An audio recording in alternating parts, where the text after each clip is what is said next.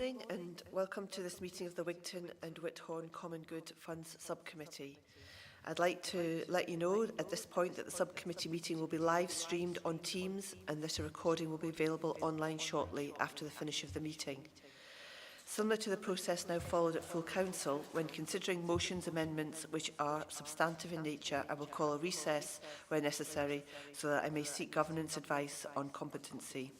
This is good practice in governance terms and will also provide for governance to be able to collate and circulate the terms of said motion and amendment to members in order that they have the opportunity to properly review it. I hope this process makes matters more effective and I seek members' support in implementing this. We'll go straight to item 1, which is the Sedern and apologies. Have we got any, Fiona? No, we're all present. Okay, thank you. And then declarations of interest. Do members have any statement of connection or declaration of interest to declare based on the definition? Oh, Katie. Councillor Hagman. Thanks, Melinda. Just checking my papers have item 1 is appointment of chairperson, and then item 2 is Sedern and apologies. I'm quite happy for you to chair if other members of the subcommittee are as well. But also in terms of the Sedern and apologies, we only have one community representative on the membership, whereas in our last meeting we had the vacancy for Whithorn. So do we not have a vacancy there? I mean, I'm just conscious just to keep things correct in the minutes. And is there any way that we can try and fill the vacancy for Whithorn, noting that the community council is disestablished at the moment? Yeah. Thank you, Councillor Hagman. You're quite right. The agenda does say appointment of chairperson. It's the notes that say that's third on the agenda. So if you don't mind, we'll move to that item first and appoint the chair. Do we have any nominations for chair? Happy to elect. I think Katie's offered. Oh, Katie, have you offered to chair, or because Councillor Marsh has also said he's happy to chair? I'm happy to give way to Councillor Marsh if you'd like to take on the chair. Absolutely. Thank you. Excellent, Councillor Marsh. So on the notes that you've got, Councillor Marsh, we're really at item 4 because we've asked for the declaration of interest, but that obviously doesn't run exactly with the agenda.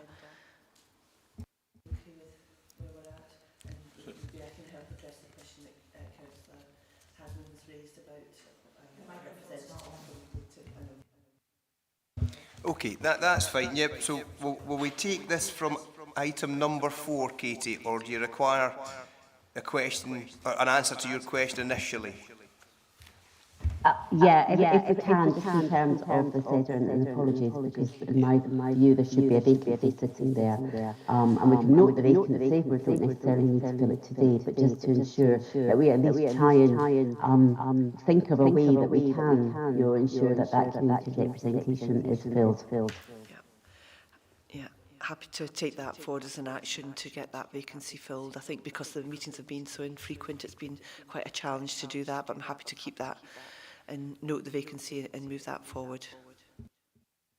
Grand, that sounds like we can take that forward, Councillor Hagman. Perfect, thank you.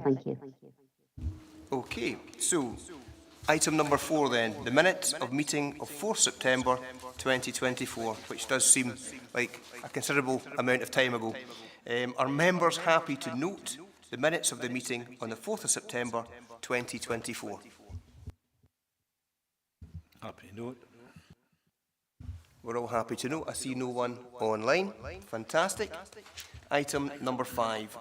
Wigton Common Good Property Assets Update. Report by Assistant Director, Transport and Infrastructure. Do we have Colin Freeman here today? We do. Good morning, Chair. Good morning, Colin. To assist and answer any questions. Colin, do you have anything at this moment to add to the paper before we open the floor for members' comments? Good morning, Chair. Good morning, members. Nothing further to add, and happy to take any questions, Chair. Fantastic. Thank you, Colin. I can see Councillor Hagman online. Thanks for this. I think Item 5 is as a result of decisions taken at full council as part of the budget setting, and it's quite clear in paragraph 3.2 what was expected within this report, and the detailed analysis is just simply not there. So I would seek comments, thoughts from other members as to whether we can actually take this paper today or whether it should be deferred, because the list of information that was required included relevant leases, licenses to occupy, service level agreements, the maintenance arrangements, not whether there was maintenance outstanding, but what the arrangements were, and related income, fees and financial consideration. And while we have some information, there's a huge amount not here. So, the Bowling Green owner-occupied, is the council operating that? My understanding is it's a community group. So what does that mean? And repairs, who is responsible for that? The information is simply not here. If I look at the Chelmsford football ground, it's let to tenants. Is there a notional fee for that let, or is it a free let? What's the information?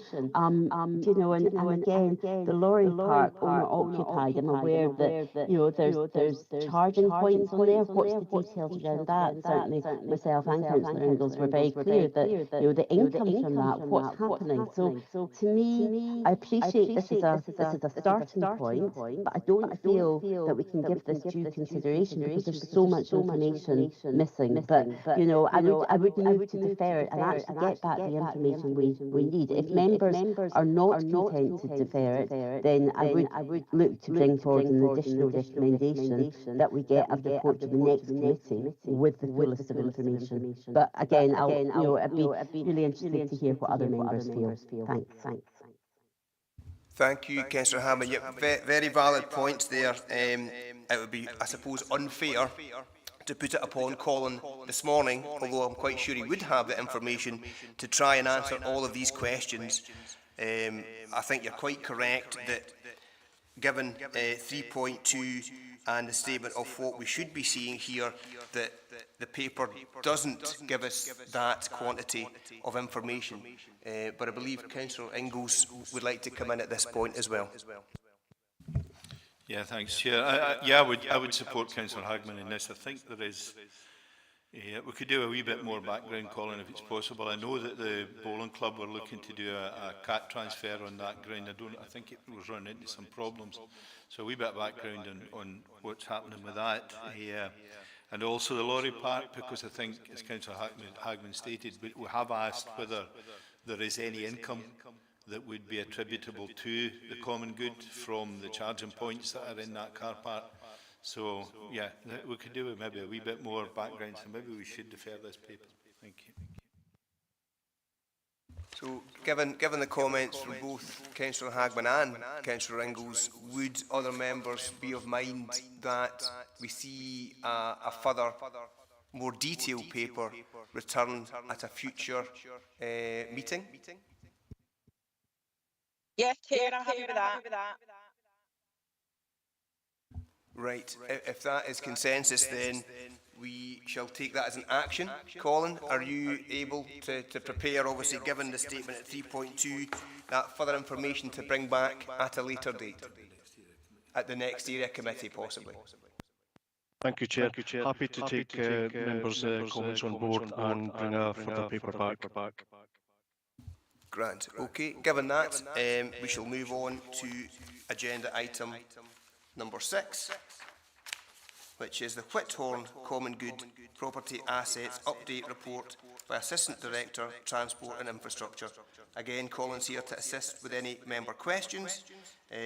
Colin, do you have anything to add at this point? Or are we going to face the same situation in regard to this paper as we've just taken in the previous item? Thank you, Chair. I've got nothing further to add at this time, but happy to take on any members' comments and observations. Thank you, Colin. I'll bring in Councillor Hagman. You preempted me, Chair, on this one. I think it's the same issue, and certainly again this one we've got owner occupied and Whithorn Library, for example, in Table 1, and actually in the later report we actually see the income that's generated from that, but again it's not included. So without repeating everything I've said in the previous item, I would move that we look to defer this just to get the fullest of information, because again, while Colin, I'm sure, has got huge amounts of information, and I know that because if I pick up the phone and speak to Colin, he'll give me that. It's about the public record. It's about this being in the minutes so everybody can see that. So thank you. Thank you, Councillor Hagman. So would the consensus be that we defer the rest of the items today for the same reason we've given for item 5 and 6, and we see a further, more detailed report come back in future? Is that the consensus of all members? Agreed. So a slightly unusual scenario today. I see Councillor Hagman. I'll bring you back in.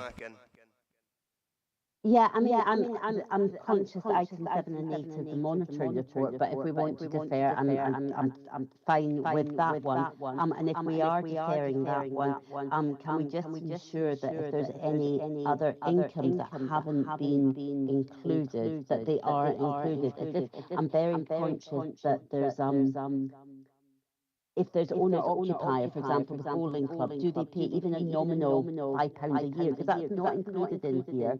And also, I'm just a bit confused as to why there were printing costs for the Wigtown finances last year of £60, nothing for Whithorn last year, and then £50 each. So it's just a bit of clarity around that one. But if we are looking to defer the whole papers, then we can maybe get that next time, Chair. But there was a few questions I had on that one. But in your hands.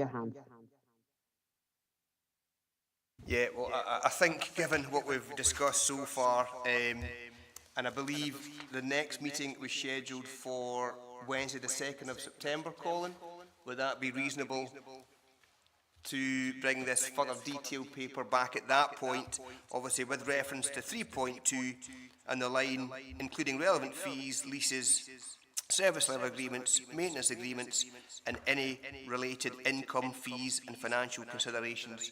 Would that be acceptable? Happy with that timescale, Chair. And Councillor Hagman, I'll bring you back in again. Yeah, I'm 6 months is an awful long time. This is the first meeting. If we're only meeting twice a year and we've deferred this item, is there any scope to bring this forward maybe to the next area committee? Obviously, it's separate, but scheduling a time maybe prior to the next area committee. I'm just conscious that's an awful long time for no information, and there is free income there for the communities, and they may have projects that they want to bring forward. So if we were deferring to September, are we then not able to note the free income that's available for the year ahead? So just a couple of technical points. Thanks.